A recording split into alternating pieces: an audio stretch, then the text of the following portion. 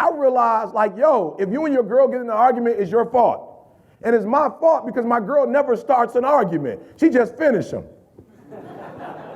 I'm just being real. She's sweet with it. I go in, like, for real, and we go at it, and I'm like, I'm not agreeing with her. She's not agreeing with me. 10 minutes later, I'm cool. She ain't cool for another couple days.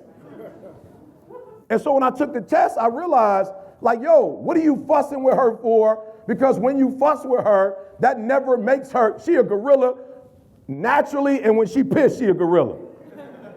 That's all she got is gorilla. So it's like, yo, E, when you go off, like, it ain't gonna, like, it's not making her go, aha, you're right. Like, at no point is she like, you know what? Why didn't I think of that? So it's like, why are you going off on her if it's not working? There's no results coming from it. So just quit arguing. Just leave it alone. And the stuff I feel like I got to get off my chest, because there's some stuff I feel like I got to get off my chest. God, like, come talk to me about it. I don't want you to talk to nobody else about it, because if you talk to them about it, you might taint how they see her. So don't talk to nobody about how you feel. Just come talk to me about it and get it out. And then once you get it out, go back. Listen to what I'm telling you. Every area of your life, you can take control. So I want to show you what it looks like to me. So I was in Montgomery, and this might be a bit much for some of y'all, but I just want to be transparent because I want to help you take control. Do I want you to make money? Absolutely. But listen to me very closely. We cannot guarantee that if you make $30 million, that's going to make your life better. We can't guarantee that. We can't guarantee that. But we can guarantee that if you take control and you got 20 mil, you're good to go. We can guarantee that. So we want a balance. So what we're going to talk about today is taking control. And then when everybody comes up behind me, guys, they're going to give you the information you need. This is what I need you to do. Like, don't listen to it. Like, don't listen and go, oh, that was deep, or write it down. Don't do that. I need you to think today. Think. So I'm going to show you some stuff that just make you think. I want you to think, not write, not say something deep when you leave. I want you to literally get into the experience. When they come behind and they start, when C start doing his piece, Josh start doing their piece, Jamal start doing their piece, I don't want you to write it down and go, that's deep. I want you to literally apply it to the part that you don't have control. Does that make sense? So like the area you wrote down, you don't have control, every principle they give you, I want you to connect that principle. I need to hear you. Does that make sense? Yes. So I need you to take the principle, say, I don't have control, and I want you to write down, if I do this, how can I get control? I just told you, I took Chris' test. I didn't take it just to be taking it. I took it for my business to straighten some stuff out. I took it for my marriage to straighten some stuff out. And so what came out of it is no arguing no more. Why? Because it doesn't work.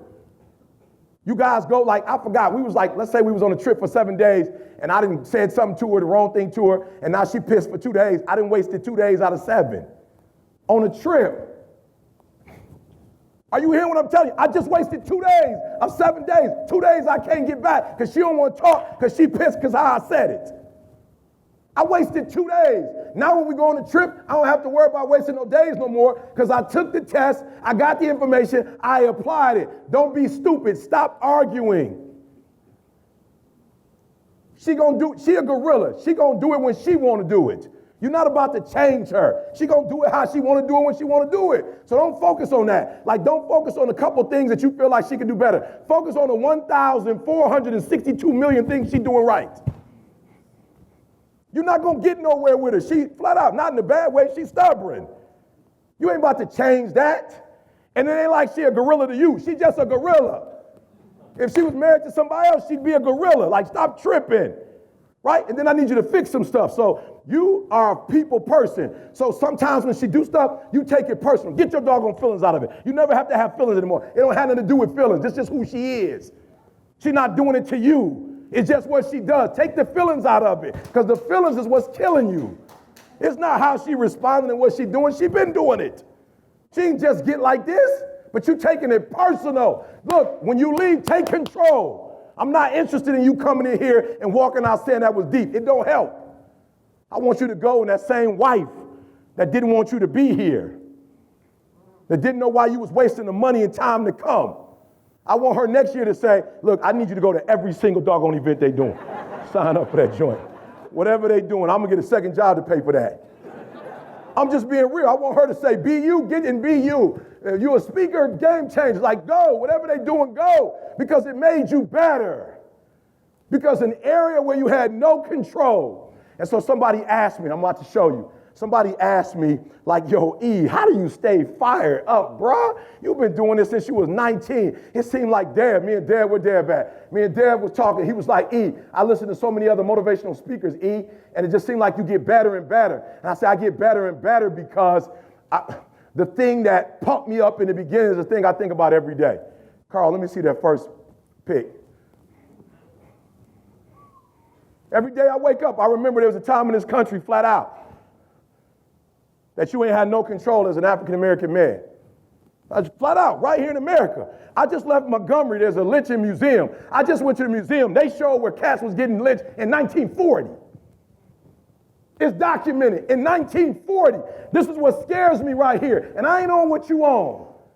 I'm about to show you some outliers. I wake up every day like, yo, E, you got to take control, bruh. Because if you don't take control, we live in a society outside of your house.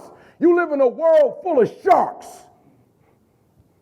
This world is run primarily by sharks. And I promise you, if you don't become one, they will eat you alive. We live in a society where there was a time where it was like, yo, you ain't on what I'm on. I don't believe. Okay, yep, you trying to learn how to read? You trying to get your freedom? You trying to learn how to read? You trying to escape? And I'm going to lynch you because I want other people to see it. I wake up to this every day like, E, you got to make sure you don't get lynched. No, hear what I'm telling you. I take control. This ain't about no money for me. It's about freedom. I want to be able to get up and walk wherever I want to walk. I want to be able to walk in the neighborhood where I can have my hoodie on, Alex, and not get shot down. Listen to me very closely. I'm not on what you want. Listen to what I'm saying. I need you to hear what I'm saying. So when I watch this, I'm like, yo, cat's getting lynched in 1940? Take me to the next one, Carl. Blew my mind. This is what I'm on. I'm like, yo, but my man, go me to the next one. I want to show him something real quick. Frederick Douglass. I'm like, he was born in 1818, and he didn't get lynched. This is who I'm studying right here. I got to study. How are people getting lynched? And my man was traveling the world. Watch this. Watch this. He was a social reformer. You got folks getting lynched. My man traveling the world as an orator. I'm saying, how in the world you getting lynched, but my man traveled, an abolitionist, an orator, a writer, a statesman, after escaping from slavery in Maryland. I ain't say Alabama. You thought I was going to say Mississippi. I said Maryland. How in the world are they lynching people and you walking around here doing speeches and getting paid? I'm like, hold on, there's something wrong here. I got to figure out what's going on. I ain't on no victim stuff. I ain't on no they lynching. Don't come out the house because they might get you. I'm like, nope. And watch this. Go to the next one for me, Carl. This is so deep. Booker T. Washington. That folks getting lynched. My man starting schools. Go to the next one I want to show you. Watch this. He was an American. You got folks down south getting lynched. He was an American educator. They didn't say black, author, orator, an advisor to the president of the United States of America between 1890 and 1915. The outliers, you in this room right now. And there's some folk out there, there's some sharks, that if they have it their way, you'll be in student loan for the rest of your life and you'll be a slave. It ain't about student loan. It's about making you a slave. Because if you owe me, Frederick Douglass, Frederick Douglass, the first thing my man did was he got an education. He was educated. That's what we're about to do for you today. We're about to give you some information that you can't readily get. And you darn sure can't get it for what you just paid for it. You can't go to nobody else and get this balance and get this information you're about to get. We're about to get you that work. And when you leave, whatever you do with it, when you leave, you can still be a slave if you want to. First thing my man did was get an education. He invested his resources into education. He would trick little white kids who were in his community and say, I give you my lunch, I bet you can't spell cat. Go read it. Little man like, cat, that's simple. Cat, give me the lunch, bro. And what about the lunch? They had a lunch. He was so smart that even as a child, he poured into the ego. He poured into the ego of the alpha male. He knew the alpha male had an ego, and he poured into it. These kids didn't need no doggone lunch, but he would say, I know you an alpha male, so for my lunch, I bet you can't spell cat. C-A-T, at. Got it.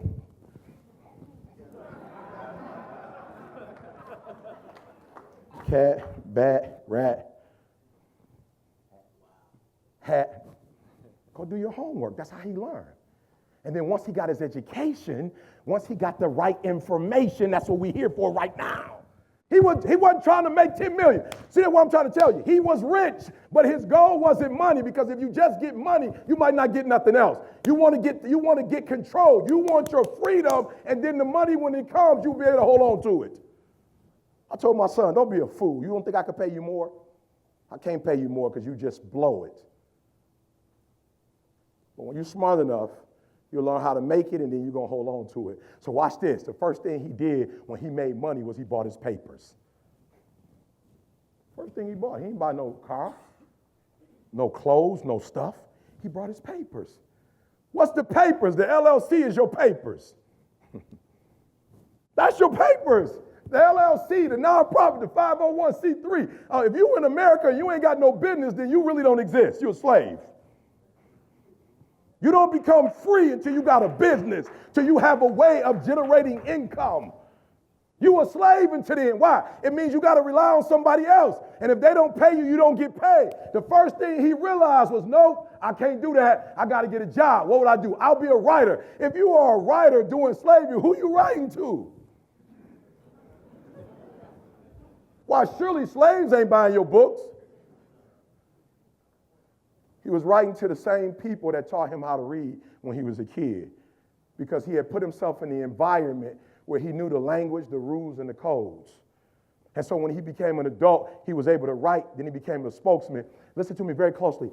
Come on, do your homework. Abraham Lincoln used Frederick Douglass to prove to the South that it was a lie that African-American men couldn't be smart.